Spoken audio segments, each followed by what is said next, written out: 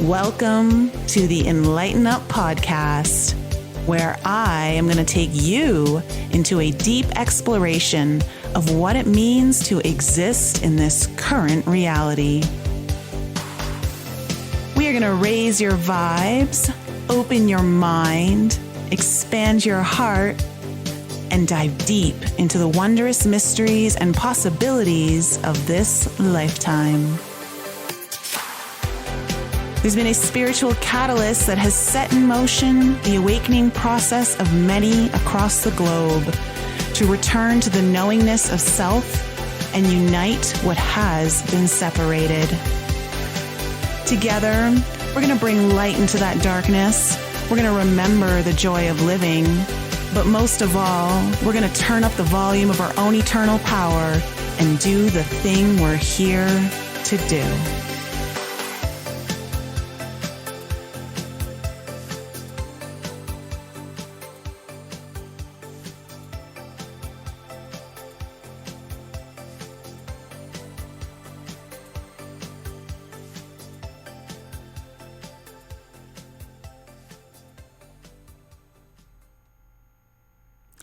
Welcome back to the Enlighten podcast, everyone. I am so happy to introduce you to someone I have been following recently of 2021, Dr. Jamal Fruster. He is a chiropractor and life coach, and he is on a life mission of providing for the tired provider.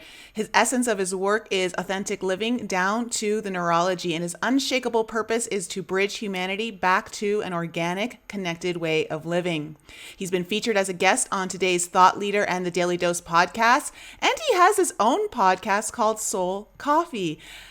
Jamal, I'm so happy to have you here with me today. Oh, Nicole, I'm so excited to jam with you and your people. What's up, everybody? It's good to meet y'all. Strap yourselves in. It's going to be a fun time. Oh, it is. We have really great topics to go into today, and I couldn't think of anyone better to actually go into these topics with. You've got such a great energy, you're very grounded, and you get right to the depth of things in a beautiful way that is simple and to the heart of the matter. So, before we jump into the topics, because we're going to talk about masculinity, we're going to talk about what it means to be a man, we're going to talk about masculine castration in all the ways that are kind of pertinent to 2021. And it's going to be a very interesting show because my audience, Jamal, knows that I'm a huge proponent of understanding the importance of the divine feminine, the divine masculine energies, how we embody both. But for you, because we're going to go into this discussion about the imbalance of things and how things have been really kind of taken away from the center. How did you first get started in all of this? Because you started your podcast in 2020, correct? Correct. May 2020. It was a COVID project. A COVID project. Yeah, COVID is the gift that keeps on giving. So it seems with all these newborns or COVID babies, Yeah. we get to see and appreciate. But man, it's been a wonderful journey. I'd say my journey reconnecting to spirituality or energetics really came in 2017, early 2017, my second quarter of chiropractic school.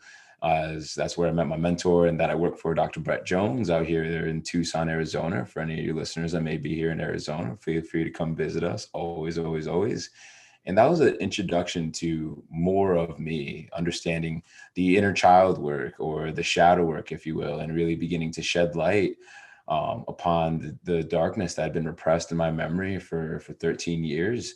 As I was sexually abused when I was younger, diving right into things. I haven't got nothing to hide. And my healing journey and reconnection back to self really started then, as I really feel like I'm like 4 or 5 years old now that I've started been able to live now and being sensitive to how my life up until that point was really driven by a masculine energy. And now the last few years, I've really efforted to reconnect to my feminine side and being able to give myself permission to feel so that way I can heal, and being able to be still and understanding the balance and the harmony, more so the harmony. I feel like balance, when my mentor said balance is bullshit, and I resonate with that, but harmony is an opportunity to rediscover oneself. And it's very, it can be more. Oh, we've lost him. One or a lot second here. softer in tone versus I gotta find the balance. It's like, whoa, baby, let's just find a harmony. Let's find a smoothness. So it's been the last 4.5 years or so now. Okay. All right. So, and I totally understand where you're going with the balance is bullshit and just all about harmony because we're in constant fluctuation. It's not like you're ever in this moment of Mm-hmm. complete utter balance, It's good. so I understand that point, and I appreciate you being very vulnerable and open about what you've been through. I think that's one of the hallmarks of where we're going as a society is that it's time to get really honest about the darkness that we've all lived through, and that there's nothing to hide and there's nothing to be ashamed of. And I think Mm-hmm. that that's where a lot of our empowerment comes from is no longer holding shame over the things we want to hide and learning to love the darkness, love the parts Mm-hmm. of us that are unhealed, and learning to heal them through that love and acceptance. That's so good. As I forget what guy special I was watching, but the few minutes I was watching it as my mentor was watching is so he said something. It was like some along the lines of like darkness isn't a bad thing, which is something I think our society really misconstrues as like, oh no, like I'm of the light. I'm shining rainbows. Shine your light, sister. You know what I mean? Whatever it may be. But darkness can be simply another way to find neutrality and to find connection back to oneself and do the work, as you couldn't have darkness without the absence of light. So it's not this separate entity, let alone this quote unquote this bad entity. I don't subscribe to those words, good or bad. It's just simply a different way. And as society is more willing to do the deep work and uncover that which they've either been running away from, they've numbed, they've forgotten, they've repressed, and we're able to just sit with each other and hold space, which is what I think the essence of the divine feminine can really embody, and usher us into this reusher us into this old new way of being, because we used to come from a very matriarchal society, being in tribes and being led by our women. I really think that women in the fight of 2021, quote unquote, the mama bears protecting their children, really being vocal about what just might not be in resonance or might just be unjust, they're really leading the charge. I agree with you. I agree with you. And I think it's so important for all people, both men and women, to really embody the feminine energy because it wasn't until I embodied my own feminine energy, which I was highly masculine in my energetic form. I was very comfortable in my masculine energy, although I will say it was my very wounded masculine energy for most Mm, of my 30s, or my mm, 30 years of living, I should say, until I actually started to connect with the feminine. And through the feminine, that's where a lot of the healing is allowed to happen. That's where a lot of the feminine represents the darkness, right? When we talk about yin mm, and yang and all of that.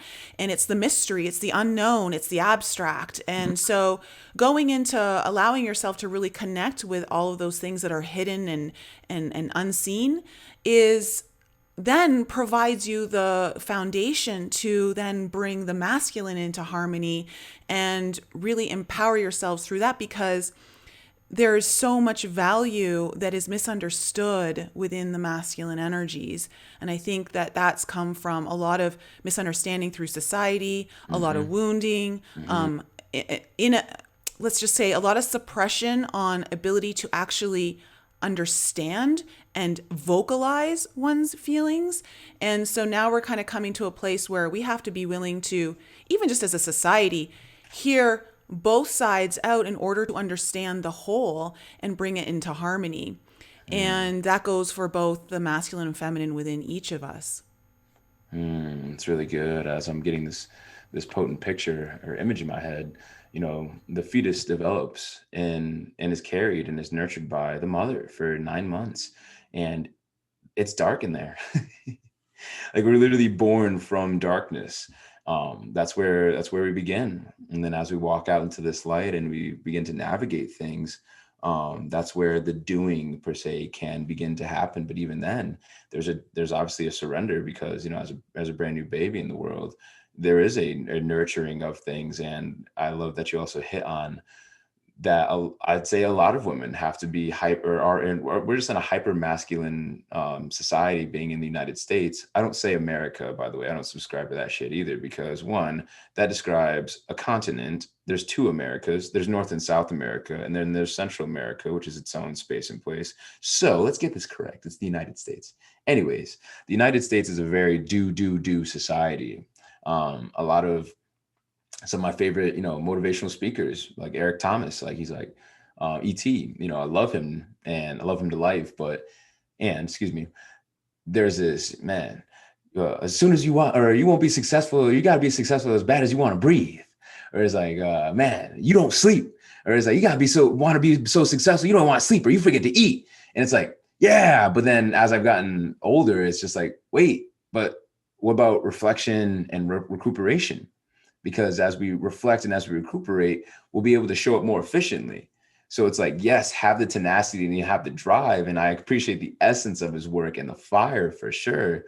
But life is cyclic, baby. Life comes in seasons. The earth comes in seasons. And it's so important to get back into harmony with the cyclic nature of life, as that's how literally nature works when we've been so disconnected from nature to begin with.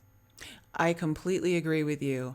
Burnout is something I think a lot of people suffer from, and especially those who are in the healthcare field. No doubt. That is one of the biggest burnout industries for sure. And I was, for those of you in my audience who don't know, but I used to work as a massage therapist. That's how I kind of started. And so I worked with chiropractors. And so I'm designed to be a workhorse. That's kind of like my genetic blueprint from my dad and just like how I was brought up. So I love to work. I really do. But I would take it to the extreme. I was just so hyper focused on, I just got to do more. I got to make more money. I got to heal more people. I just got to keep going and I got to push it. And you get to a point where, like, I remember going 5 years without a vacation. Wow. And I just hit this, this wall. And a lot of us do that when we don't even know how to take care of ourselves. And we kind of project this avoidance of taking care of ourselves because deep down we don't love ourselves enough to do that or honor ourselves enough to do that, and just keep taking care of others so we don't ever have to face that within ourselves. And that's a deep issue here, where we as a society are so how do I say this? I don't want to say we're programmed to believe that being selfish is a bad thing, but we kind of are. And we forget that there are polarities within selfishness, where there are things that are actually beneficial and things that, anything can be taken to an extreme is unhealthy. So learning to take care of yourself is first and foremost essential, because if you can't take care of yourself, you're no good to anyone else. And you cannot step up to the potential that you are here to step up to if you are not feeding you first. I love this. This sparks so many thoughts in me. One of my other mentors, Dr. Brett's wife, Dr. Kate Jones, she actually teaches a workshop on selfish and cultivating that means and giving yourself the permission to be selfish, because it all starts with self. And like I said, or part of my coaching, two things I offer is like, you are the sun respective to your own respective solar system. There are people that literally depend on you, whether it be your partner, or whether it be your children, your furry friend, whoever it may be. You literally give off energy to the people around you. So I asked the question, like, so if you are burnt out, then who is it affecting? How many lives will this impact? How are you showing up for your practice members or for your patients? That then you're showing up from this empty cup. But I even reflect too, people say you can't pour from an empty cup, which I'm like, yes. And when we're able to keep the cup nice and full, when it's not that you're pouring out, but instead you're being a reflection, you're being a mirror, so that way others can have the inspiration to keep their cup filled. Oh, I like that. I've never heard of it put that way. I think that's a really interesting take on it. I've kind of always looked at it as keep your cup overflowing so that the reserves can go to those who need it. Yeah, and that's good too. And you can appreciate. I'm sure you can play those analogies, however, or whichever ways as the main thing. That's like the inspiration, because the way I view health as a chiropractor, we focus on health restoration.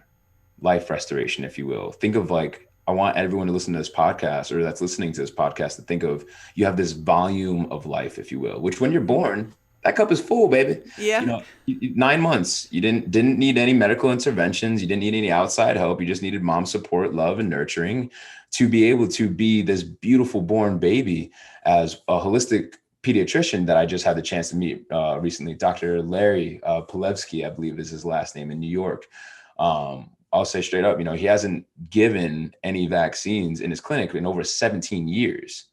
I don't care your opinion on the matter, but that's a really profound statement. He hasn't given, as a pediatrician, a doctor that works with children, hasn't given a single vaccine in 17 years. Why is that important? One of the ways that he asks people and reframes parents' knowledge about their children's health, a lot of parents ask, well, what can I do to what can I do to boost my child's immune system?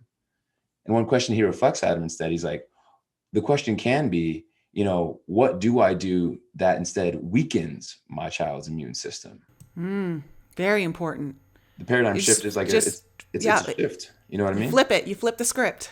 And Yeah. that whole little rant was essentially, people are these beautiful cups of delicious water and life juice, but it's only until we deplete ourselves to a certain part into the container, which is when we start to experience the symptoms and signs of whether it be burnout, whether it be fever, whether it be a runny nose or whatever, because those are all signs of our soul and of our body that we are depleted of health. Yeah. And to be fair, when it comes to the scientific method, I think it's important that, anyone, you do what feels right for you and your child in any given situation. Always. You are the parent. But when it comes to those who don't feel that the vaccination is the way to go, you need to have groups who are not doing it to understand, like, is this actually helping? Is it not helping? And how do you ever come to, if you don't have a control group, so to speak, right? And so I think that it's important that we do have that within our society so that we can understand things at a deeper level, how everything's working. Yeah, the contrast, because if you just do one thing, you're only going to get results from that one viewpoint without allowing space. And yeah, so a control group, or what you could just call as diversity of thought and of expression, there's a lot of, I guess you could say, stigma and resistance and hatred out there that's literally trying to just perpetuate only one way of being right now. And it's like, wait a fucking minute, like, that's not how life works at all. And you guys are literally trying to eradicate one aspect and one way of being.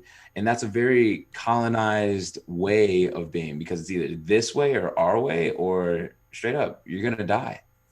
Yeah. Very extreme, and very fearful. Very fearful. Very fear-based. Yeah. Very fear-based. So this is wonderful. So let's get into your journey as a man. Okay. What would you like to know? Well, it sounds to me like you were very much heavily dominated by your masculine energy, but given what you expressed and shared with us at the very beginning, that you were sexually abused, that you must have been coming from a very shut down, wounded place, not able to really get into your emotions. So how was being a man, how was your journey with being a man got to today, and how have you shaped it in a different way and changed your understanding of what it even means to be a man? This is good. Yeah. Because there's a lot of misunderstanding around this. Yeah. One thing that I think is highly important, 2 resources or books for both men and women, to read. I believe it's called The Way of the Superior Man. That's very, very important if people want to just understand, how the hell do we even think? You know what I mean? And where do we come from, and why do we put on these different facades, or, what's the way, if you will, or what's an offering, so that way you can be in this sacred masculinity, as the book just captures it so well.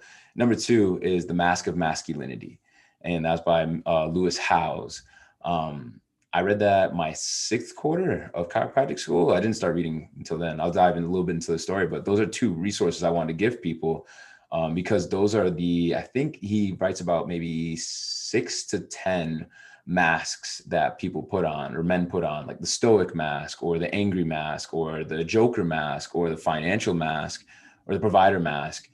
And these are all different masks, if you will, that can be a facade or can be a front or can be the default programming that men result to due to unresolved trauma, due to not feeling their emotions, due to what society is portrayed, which is quote unquote acceptable for us to be. And I think it's a juggle of It is. those different masks. Can we really quickly, just briefly here, explain trauma? Like, what is trauma to you? Because I think people think, oh, trauma, something really bad must have happened to me that is so stand out in my mind. Like, that's got to be what trauma is. And I think there's a misconception around what trauma actually is, especially when it happens to you as a child. It's a great question. One of my mentors, I have a lot of mentors, by the way. Her name's Erica Cooney. She's called the Burnout Professor. Highly recommend anybody look her up.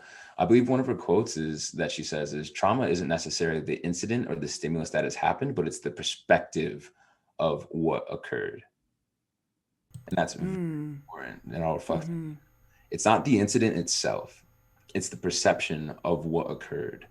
And one thing with trauma, as one, like me and you could have had similar experiences in whatever it may have been. However, you could be at peace, integrated, reflective, and in your power, and be able to draw the lessons and the essence from, that potential pain point or stimulus. However, I could be stuck in this cyclic kind of nature because my lens or my perspective on what happened was, one, it's to me. You hear that age old quote, I think Tony Robbins says that, life is happening to you and not for you. People who are traumatized, there's still life happened to me. And yes, there's the lack of resources or resourcefulness to essentially integrate that into your body so that we can embody the lessons. And it's this very outside in occurrence that is happening from this lens, because then this lens can be applied to your relationship or your future relationships, because you've never healed your perspective of things. Therefore, you're still attracting that which you're unconsciously protected against and unconsciously looking for without your awareness. Oh, I love that. I love that a lot. And you're right, because your perception shifts everything. Basically it's what forms your reality. Yeah. As soon as you shift your perception, your reality becomes differently. And that means once you shift your perception, you also shift how you experience anything. So I love that. I think that's really important to understand. And so remember, the perspective of the child is, this is something really big that happened to me when I don't have usually all my conscious awareness yet, especially if it happens before the age of 7 or 8, when we are just starting to understand our own abilities to have conscious awareness. All the years before 7 are all the subconscious programming. We're just absorbing. We're sponges, right? Yep, so good. So, and this is something that I have to discuss with all my clients when it comes to inner child healing, is your perception of what happened today is very different than what the perception of that little boy or girl inside of you had in that moment. And we got to get back to that perception, because that's the perception that needs to be healed. That's good. Healing the lens. And that's why, inner child work, shadow work, whatever it may be, it all starts in examining our subconscious mind when it was beginning and understanding. And, how can, even in birth, like one of my previous partners in past relationships, unfortunately, her dad did her mom dirty and cheated on her mom when she was still in utero and she's still growing as a fetus. So it was crazy to me, because I was like, oh my God, you were literally birthed in a biochemistry of anger and of hatred of men. And then I imagine it carried into obviously when she was growing up, because then, her father wasn't really there for her in an honoring sense. And I was just like, wow, if you, and that clicked for her when we were in relationship already. And I was just like, wow. And that's where the awareness can shift. And so that's why it's important. And I'm so glad as a life coach, you help bring perspective. And I think as life coaches, we're a mirror.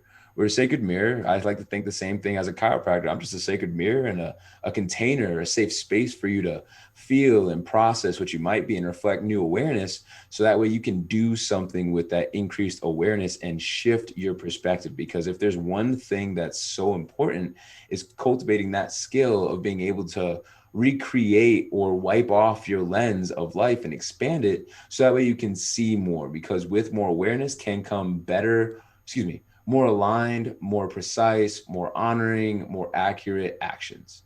I love that. I love that so much. So, how did you then start your healing journey? Like what was the breaking point for you where you really realized this isn't working for me anymore? This is good. So I guess to quickly paint, where I had been. So I was growing up, as I was growing up, my parents thought I was an angry child, so to speak. I was happy, like, of course, but, I just had these intense bouts of anger. I love video games. So it'd be easy for me to get lost in those, of course, when I was growing up. Um, and, I was, I could have been introverted, but I always felt like I was outside like this. I always picture me being in my bedroom and looking outside the window at some of my friends or my neighbors, and asking, why didn't they invite me? Or why am I not good enough? As the not good enough wound was at the core of everything for me. I was bullied when I was younger, up through middle school and high school was rough. Like early high school was rough because I had an afro. I didn't know who I was. I thought if I cut it, people wouldn't remember me. And kids are jerks. Like kids are freaking jerks. So middle school, if anyone like has a middle school, high school, early high school kids, give them all the grace, because there's so much going on with puberty, with all these hormones and shit. There's social media now. We just had MySpace when I was in like 8th grade or something. We didn't have Instagram. Like it's its whole other ball game. Anyways, it wasn't until I started incurring some athletic success with wrestling and track that things begun to shift for me. I got a scholarship to my undergrad, Central Connecticut State University, go Blue Devils. And that's where I was able to really reap the benefits of the repressed anger that I would take out on the person across the map from me, or I would take out on the ground, because I would just run as hard as I could in training. And I got good to the point where I got a scholarship, went to undergrad. I was a nurse major for a bit, didn't have the grades. So I was like, okay, that didn't work. So I became a PE major, and then opened things up for me chiropractically, which then became the door to get to my university, Life University. I love the name, so I just got to say it again, Life University. Best 4.5 years of my life until now. And early 2017, when I met my mentor, Dr. Brett, he's created this Kairos training culture that's literally an organization or a seminar series that's meant for chiropractors to train themselves athletically, so that way we can be more sustainable. As a lot of chiropractors get injured within the first 3 years. 50% of chiropractors blow out their wrist, their shoulder, or their low back within 3 to 5 years of school. Oh yeah, no, and I could totally see. I mean, the same goes with massage therapists. Like There we go. they're. I mean, I probably not as quickly as you, but I guess it could be as well. Wrist pain, joint pain, just your back pain because you're hunched over, you're not using your legs, you're not like. There's all these things that you have to do, like with your ergonomics, to make the work work. And so, That's what it is, though. That's definitely what it is, because the attractive nature, as Dr. Lance Von Stade and Dr. Brett, they're the co-creators of it. They meet people at chiropractors at the physical aspect and physical biomechanics that are sustainable, but we dive into the emotional and the spiritual biomechanics as well, if and when people are ready, which people, of course, scoff at, but that's because they're disconnected from nature oh and themselves. yeah, So I yeah, just wave my hand at them. Anyways, yeah. we do a movement session, a breathwork session with affirmations, a little bit of meditation before we actually dive into the physical. This is how you adjust, essentially. Mm. And the first breathwork session I did with him, there was affirmations, and he was affirming things, speaking in the I am, and I am because we are. And it was like, the line was like, tell yourself, like, I love me and I'm proud of me for all that I've done and all that I've been through. And when I said that, it was just instant, Tears. instant water, like, Oh my God, I hadn't cried, I don't think that hard. I'm getting goosebumps on my thighs. I don't think I've cried that hard ever, ever before in my life. I had to literally take time before I went into, think the rest of the thing with everybody, because I was just on the side, just crying uncontrollably, because I had never said those words to myself ever in 20, at that time, 23 years. And then when I went home, I had to do it again. So I looked myself in the mirror in my eyes and I said that to myself in the mirror, and I bawled my ass off again, and it just shook me literally to my core and started to awaken something within me. So the switch and why I shared that story was because from that point on, once more, that's when I got sensitive to energies. As before, an undergraduate, it was this doing, but there's this trying to fill a void. Even sexual relations with, women in the past in undergrad, there was this, I'll just say this out of alignment way of connecting with a human being that just wasn't as honoring as I now have the awareness to it, of not just the physical body, but the emotional body, especially, and being super sensitive to that.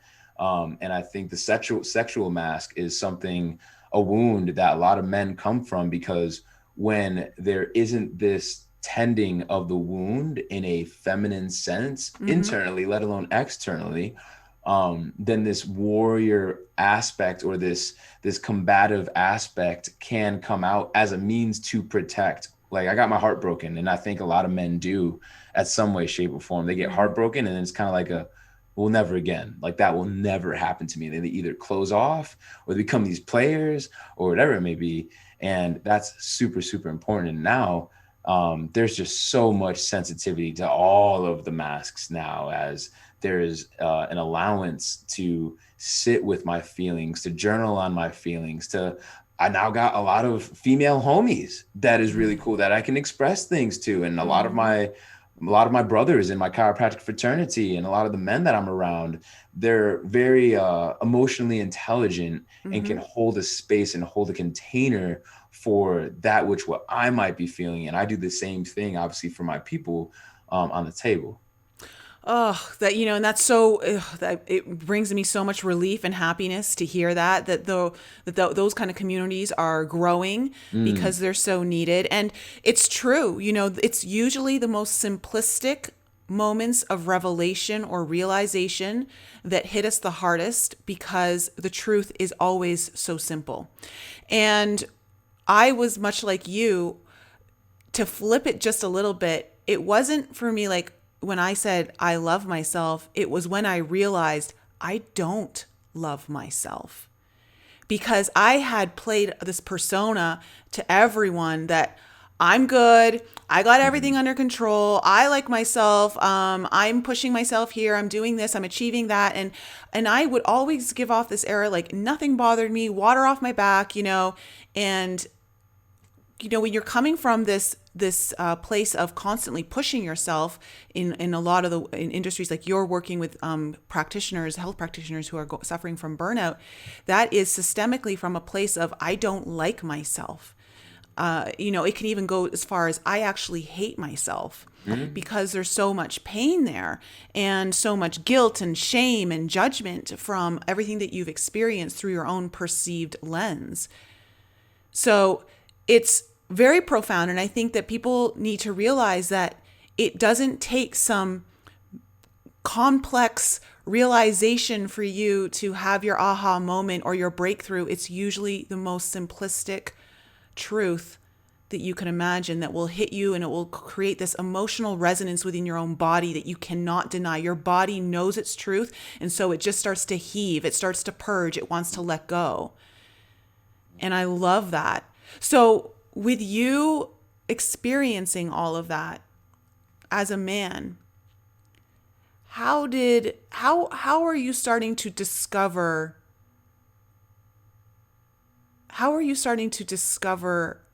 how you were actually castrated as a man? Like the masculinity, how was that? Yeah, I feel as though, in reflection, as Leo joins me, this beautiful being. That's the cat that lives with us. It was just I'd say it was a lack of permission.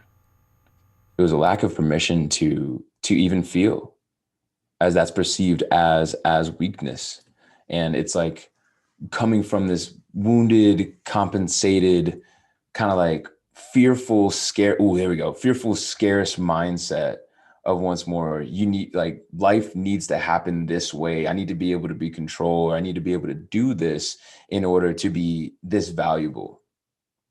So it's almost like the castration of masculinity. It comes with like, you're not valuable unless you do or be a certain way, perceive, or like there's a lot of inaction as well from our men in this moment, and a lot of our mama bears are leading the charge.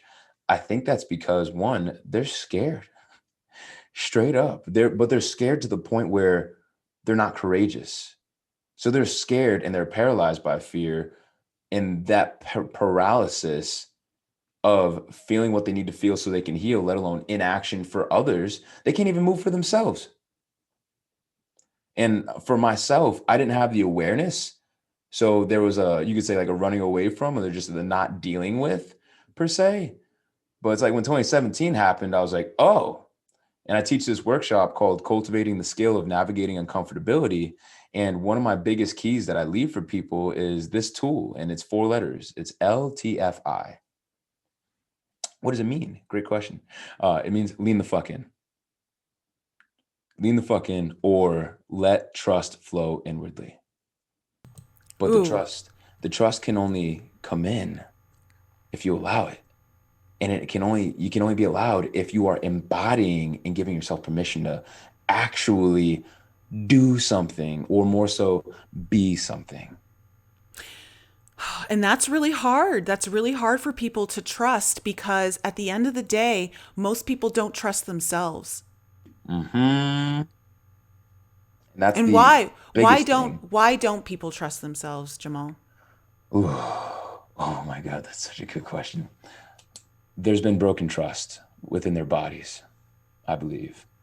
Bodies can be one of the aspects that people have a broken trust with. Like they got injured, pulled a hammy, or might have experienced something, and then they're scared to then do whatever they were doing beforehand. Whether they've been playing with their kids, or if you're an athlete, being able to experience that oneself. Mm-hmm. There's broken trust with the emotions. As one of my favorite things Brett said recently, a lot of people are scared to feel their emotions or heal and go into the depth because they think they'll get stuck there. There's no way out. There's no way out. They'll get stuck there. That's all that they'll experience. It's just too uncomfortable. But here's a question for your people. Where is your comfort zone located, Nicole? Oh. Oh. That is an excellent question.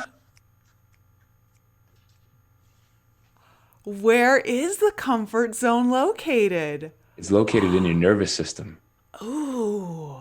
It's located in your brain and spinal cord, because that is literally your I recording was going to say device. the mind. Ooh, nice, nice. And that's separate for people. That's very important too. That's Yeah. separate from your brain. Yes, it is. It is. The brain's the organ, but the mind, it's like the brain's the projector, but the mind is the projection. And it goes back once more into that lens of things, because your brain is an organ that's efforting to protect you and keep you safe.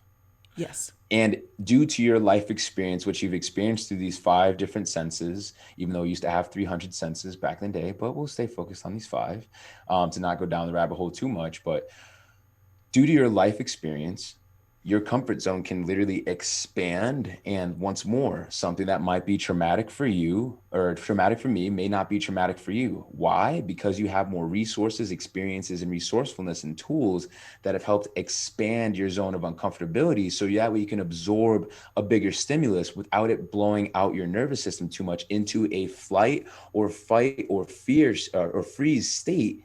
Instead, you're able to be like, oh, okay, I experience these emotions, but yet I know what home is. I know how to come back. But there's a lot of people that are stuck out in this zones that are too painful, if you will, and they're in this defensive system. That's why it's so important to get adjusted by someone who's conscious of that. Have a life coach, breath work, meditation, movement practices, all these different resources and strategies to bring you back home. and to create new neural pathways that allow you to get comfortable with. And that's so true, because what a lot of people don't realize is that their comfort zone is usually fear. Their comfort zone is anxiety. Their comfort zone is stress. You know, because when you ask that question, where is the comfort zone located? I'm like, well, it sure as hell isn't the heart. You know? I know where it's not located. Because most people are not comfortable in their hearts. And so, you know, and that's why I was instantly led to the mind. And so this is interesting because you talk a lot about, you know, as your work as a chiropractor is to realign the body and the systems, but you also talk about soul realignment. And I love that. I love this. So how do you, let's break it down to the misalignments of the soul that you are working to correct and, you know, bring back again to that word, bring back into harmony. One of my favorite mentors, let's see if I got this right. She says there's 5 wounds of the soul. There's betrayal, there's humiliation, there's rejection, there's injustice, and I'm forgetting the 4th one in this moment, but abandonment. That's what it is, abandonment. Yeah, how could I forget that one? You abandoned that one. So right. And I believe that majority of human beings are efforting to heal from one of those. As at minimum. Oh God. Yeah. At minimum, for sure. And are there more? Yes, I imagine so. But misalignments of the soul, that's a part of the symptomatology that people experience with burnout. Oftentimes, they're misaligned at the soul level. Brett, I'm gonna keep mentioning him because he's a stud. Y'all got to follow him. At Dr. Brett Jones, look him up. But he says burnout doesn't happen due to the work. It happens due to the friction from the work. So I like to examine and dissect and bring awareness to what's the friction.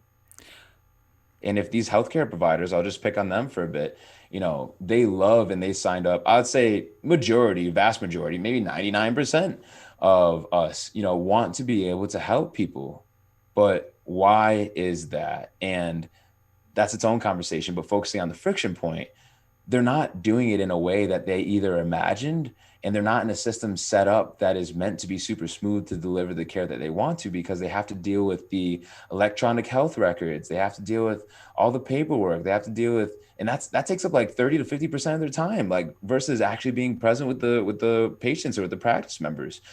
And in these modes of doing things that you want to do, but not how you want to do it, there can be that resistance that then it's going to gnaw at your soul. So a lot of the work that I do as a chiropractor and as a life coach is being able to reframe how we can reshape and reduce that friction point, so that way you can be in alignment. Even if you're in a system that doesn't completely align with you, you can still be in alignment with yourself and navigate through things. Because guess what? You are the common denominator in whatever it may be, in how you do, but more importantly, once more, how you be. Amen. Good Amen. fucking question. That was a great question. Oh, I love that, because that's very empowering, first of all, because it puts the power back within the individual, which is always important to remember, that you always hold that power of your reality. You are in control of your reality. It's just a matter of you get to choose how you're going to navigate it, how you're going to perceive it, as we go back to that lens of perception, because Amen. that is how you experience anything.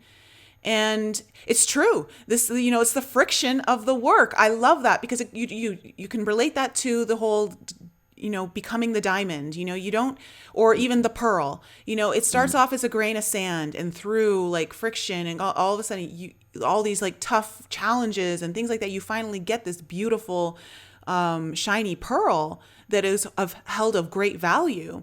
But to get that, you had to go through a lot of friction. Same with the diamond. So people are scared of that friction. People are scared to deal with that friction, to look at that friction, or to effort to remove that friction, when it's like, that's like you driving with the e-brake on. Yeah, oh my God, that's a great analogy. I love that. That's fantastic. That's what it is. I forget who said that. I'm pretty sure it was a chiropractor because there's a lot of human beings driving with the e-brake on. So as a chiropractor, I just help move that e-brake off so that way you can drive and function and heal and adapt and move as you want to at a very depthful level. Because some people are like, yo, can you crack me? And I'm like, yo, bro, eggs get cracked, balloons get popped, ropes get twisted. You're a divine human fucking being that was placed upon this world through a natural intelligence that didn't need no conscious thought to form itself from two cells into 50, 60, 70 trillion functioning cells that are cooperating together. You want to get cracked? It's like, bro, respect your nervous system, please. And right this way. Let's examine what are the root causes of your dysfunction once more. Physically, mentally, emotionally, spiritually, environmentally, financially, whatever it may be, because once more, coming back to the nervous system, aka your brain and spinal cord, that's literally your recording device in life and where your comfort zone is stored. So if we can effort to integrate these stresses, which is what puts us out of our comfort zone and help you come back home, well then, baby, you're gonna be a more functioning, open, and adaptable human being, and that's more empowering. I love that. I love that so much. You're so awesome, Jamal. I love your energy. I know my Oh, it's a great audience is space. loving you right now. Oh, it's such a great space. So I appreciate you for bringing this out of me. Well, there's nothing more that I love than someone who just can express themselves authentically, let So good. themselves shine in their own way, because we don't need any more people living in boxes and being like, No. all this. Yeah, no, we don't need any more of that. No. That's why I let people swear on my show. I'm like, Thank just you. express, just do you, because that's what we do in regular life. Let's not pretend to hide it. That's not what, Right. like it's just there. Whatever needs to be expressed, let it come out, and then we'll figure it all out from there. Thank you. It just feels so good. Like when people swear, I just laugh. Like swears make I think I grew up with the SpongeBob generation, the good SpongeBob, not the crazy shit like after the movie, like that it got Yeah. weird. But sentence enhancers. There's like a whole episode. In case y'all haven't watched it, like I don't know, SpongeBob and Patrick, they're talking, they're making like dolphin noises. So it's like, hey Patrick, how are you? And my dad was watching it with us, and he just lost his mind, like laughing. So swears are sentence enhancers, guys, ladies, all people, you know. They are sentence enhancers, It also it breaks the intensity, like it Ooh, breaks the seriousness. And I think that's important because healing has very serious elements to it, but it also has the element of not taking yourself so seriously. oh It's so yes. important to just let it all go. Laugh at yourself, Oh, it's laugh at good. some of the situations that you found yourself in, and how crazy the journey actually is to get to the point of healing. This If is you're so not if you're good. not able to laugh, it's sad. It's a journey because it's a journey, and I'm so glad you said that because the developer of chiropractic and the chiropractic philosophy. In case you see this video, I have a green book in my hand. It says the chiropractic textbook. One of the developer, BJ Palmer, Dr. BJ Palmer, who took chiropractic all across the world, quite literally, and I think was it back in the 1920s or 30s? He had the first radio station. I think it was west of the Mississippi, and it was based around chiropractic. I'm saying this all to say he has a rule. It's called rule number 9. Don't take yourself too seriously. And it's just such a reminder too to have fun in the journey. But I was just talking to one of my brothers, Dr. Matt Richmond, brother Hunger. Shout out to my brother. And one of the things with a health journey, it's like healing isn't a destination; it's a journey. There's always going to be layers. Shrek, kind of like the onion, like the peeling back of Yes. an onion. Like there's always layers to be able to remove.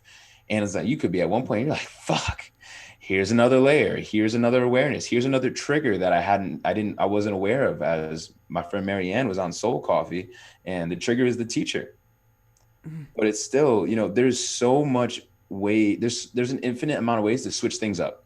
I was like, bro, I went on a hike at 5:30 this morning and ran up a good portion of that hike with one of my friends who's a literal marathon runner. So I'm out here dying, but I'm actually out there living because I'm outside of my comfort zone. My lungs are burning and all these different things. We get to near the top of this summit and the sun's up, and I'm just like, Oh my goodness, thank you. And I hadn't been on a run because I don't like just running like around. Like I was a sprinter, so I like sprinting, but I don't like sprinting on asphalt. That hurts my shins. But if you put me in the dirt, you put me on a trail, like that's really new and fun to me. So my invitation for everyone listening is, one of Brett's questions: how can I make this the most fun, exciting, and inspiring journey of my life? We too often forget to have fun. Yeah. Why is that? That is a really good question. Let's explore it for a second. Down. Why? Why do we do that? Because, recently in my own life, I have been allowing myself to just kind of like what you said, lean the fuck in, okay? And I love when you say that. let trust flow in. Mm. And I've been kind of allowing myself to be taken to places and meeting new people. And I've been doing things that deep down I've always wanted to do, Oh, I but love I've it. never done. And they're really simple. They're not like, oh, I got to go travel to Egypt and touch a pyramid and like stand in the presence of the pharaohs or something like that. I'm talking about like the really simple stuff like backroading in the middle of the night under a full moon, Ooh, that's good. dancing in the dirt in the middle of a field, like stuff that you would do as a teenager because you're so limited with what you can do because you don't have the money to go out and do all these other things that you get stuck Oh doing, but man, the you've got to best of use your times. creative flow. Yeah. And I just found myself like again pushing myself out of my comfort zone and I I'm glowing when I'm doing it, and I'm loving the spontaneity of it. But it's a good question. Like, why have I stopped that, and why do so many of us stop that flow of just again leaning the fuck into life, and it's Mm, fun. hmm As we're meant to, oh, this is good. Long short, there's a triune of life. So if you're listening, play a game right now and picture a triangle. At the bottom right of the triangle is intelligence. You could say, you could call this source, you could call this God, you can call this whatever it may be, but it's a higher power. On the bottom left of this triangle is energy or is force, if you will, which stems from the intelligence. And then at the top of it is matter, aka the body, if you will. Life is quite necessarily a triunity of these different factors because without the intelligence organizing and bringing structure to the matter, then there would be no organization and different things in the universe. But if there wasn't this energy or this force or this mind, if you will, there'd be nothing linking the intelligence to the body. And then if there wasn't the body and if there wasn't the matter, there'd be nothing to appreciate the intelligence that's moving through. Why? Experience it. Experience it. And why am I saying all this? Because the chiropractic meaning to life is the expression of the intelligence through matter. And with the energy, aka the emotions, the energy in motions that are in motion that occurs through our body, it's all perfect. It was all created like at the beginning of creation. The intelligence creates the emotions, so your emotions then are so important then to review and reflect upon because they literally have wisdom for you in how your mind and how your soul and how your body needs to move, shift, and adapt so that way you can then experience more of a neutrality or more of coming back home. I love that. You got me charged, sis. Well, charging. I bet you the audience is getting charged just from this conversation. Oh, I hope so. I hope so.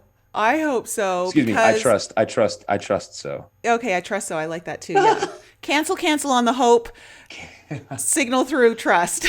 relay that. I forget where. I think I was looking at Shervin's profile, and he was because I. Oh my god, I loathe the pattern of how are you? Good. How are you? Good. Like I hate. I don't hate a lot of things. I hate that shit because that's literally a societal pattern. So when someone says, "How are you?" I literally stop in my tracks. I'm like, mm. And then I let whatever authentically comes out come out. Or I'm inspired. I'm grateful.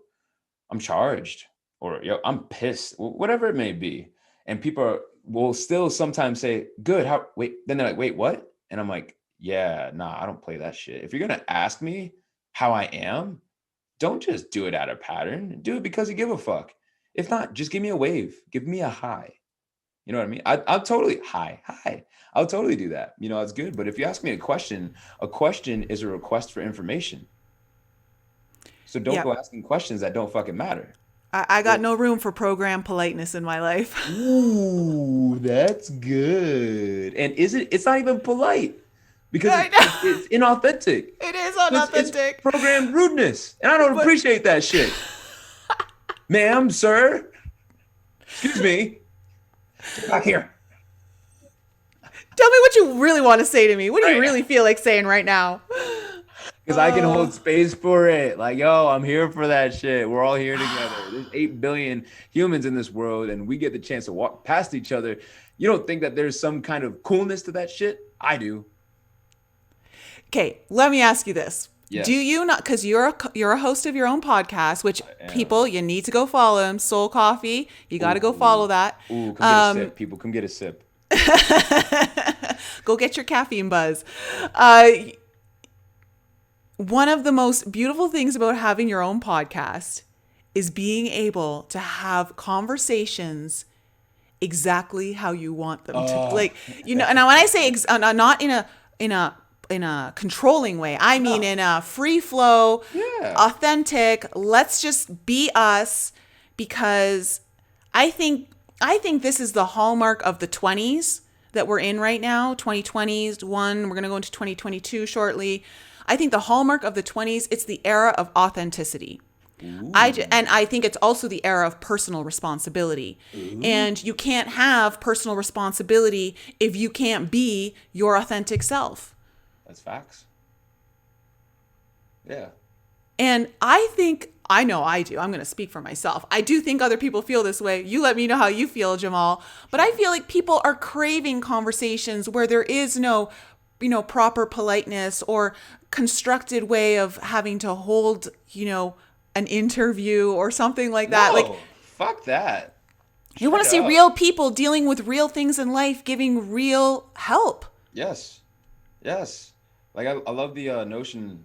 Like people are like, can I honestly, or I need to be honest for a moment. Can I be honest with you? I'm like, that's my default. Why would I need to? Then thinking about it, I'm like, why would I need to? Oh, because people are, like you said, programmed to be polite or programmed to be rude. When it's like, fuck that shit. I'm gonna tell you exactly how I feel. And if your ass is sensitive to it and you don't have the resources or whatever it may be, I'm gonna communicate non-violently, of course. But it's like, if I can't talk to you straight, that just makes my face hurt. And we're not meant to be around each other because you got some shit you got to figure out. I love you, but man, get it together. Oh, so I feel it's kind of, it's one of those things where when someone asks you, how are you? You're like, are you ready to lean the fuck in? Right. Like when people ask me, like my eyebrows raised, like these thin little things, I got thin ass eyebrows, y'all, but my eyebrows raised. I'm like, and my head leans to the side. I'm like, do you really care right now? Like, are you ready for that? Because I'm about depth, baby. I don't do superficial shit. What Tony Robbins says, like, people crave depth. So I go deep. And I love that shit. So it's just a pattern break, so an offering in this moment for anyone listening, when people ask, how are you? Tell them how you really feel. Yeah. And if they're just asking you in passing, I dare you stop in your tracks, turn and rotate towards them as they're continuing probably to walk by. Close your eyes and think about how you're feeling and then respond. And I guarantee that will break a pattern. As once more, as a chiropractor and as a life coach, all we do is we help people break patterns of being that are no longer serving them and are not sustainable.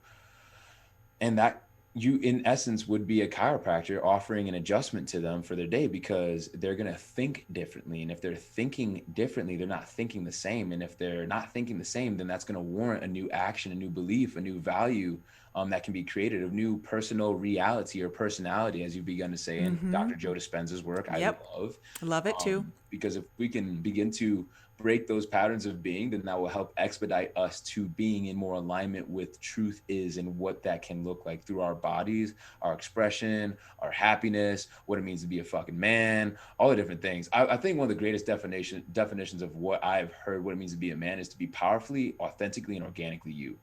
And if I didn't hear it, I'm saying that shit right now, because you being you is what the world fucking needs. Because My mom said this. She's like, well, honey, if we all thought the same, that'd probably be a very boring place. And I'm like, hell yeah, mom, I agree, because that's I where I get my fire, my sunshine, my expression. She goes into a room, just lights it up. Always has, always will.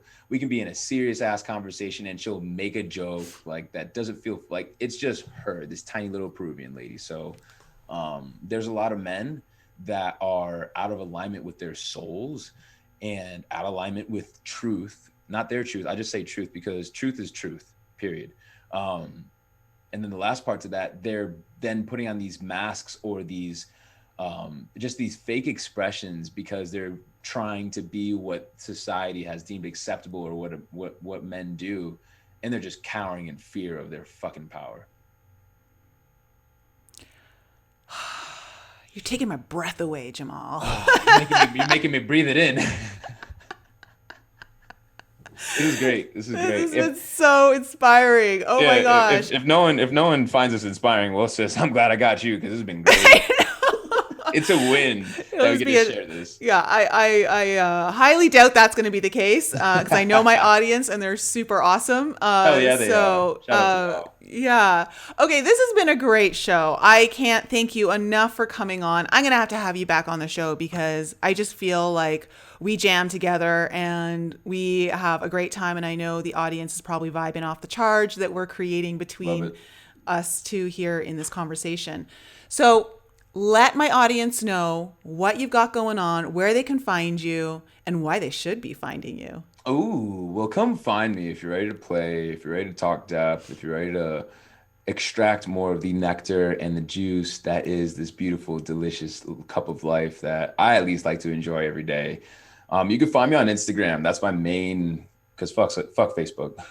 Don't look at me on Facebook. Fuck Facebook. If you want to talk to me, please send me a DM, as there's a lot of momentum coming through too, and I don't want y'all to get lost. And if this resonated with you or any parts of it, if you laughed, if you cried, if you feel peace, if you want to dive deeper into a topic, please find me on Instagram at Dr. Dr. my first and last name, Jamal Fruster, JamalFruster.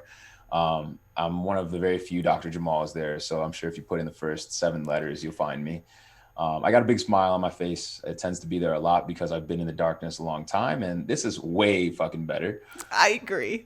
This is way better. It's so much better. People are like, yo, you just shit rainbows and you just radiate sunshine. And I'm like, but you don't get there without going into the darkness. Right. I'm like, yo, they're like, you probably always like this. I'm like, don't you project onto me what that is. This is effort and grit, baby. Anyways, the main things that I'm working on right now, I'm a part of Health Freedom Academy, which is led by Dr. Brett Jones. The link is in my bio on Instagram, but it's a 6-week course where there's Monday through Friday, half an hour to hour workshops where we're diving into the mind, the body, and the soul, recuperation, nourishment, and just different minds in that. So we can learn how to live a natural and organic way of being. And it's only for, I think, $250, which is a fucking steal because all the facilitators, it's Alex Zek, it's Jason Shakura, it's all like so many doctors of our franchise, which is the Source Chiropractic, Ruby Fremont, which is my life coach and my business coach, who is such a freaking beast. Daniel D. Piazza is teaching it. Like, yo, like it's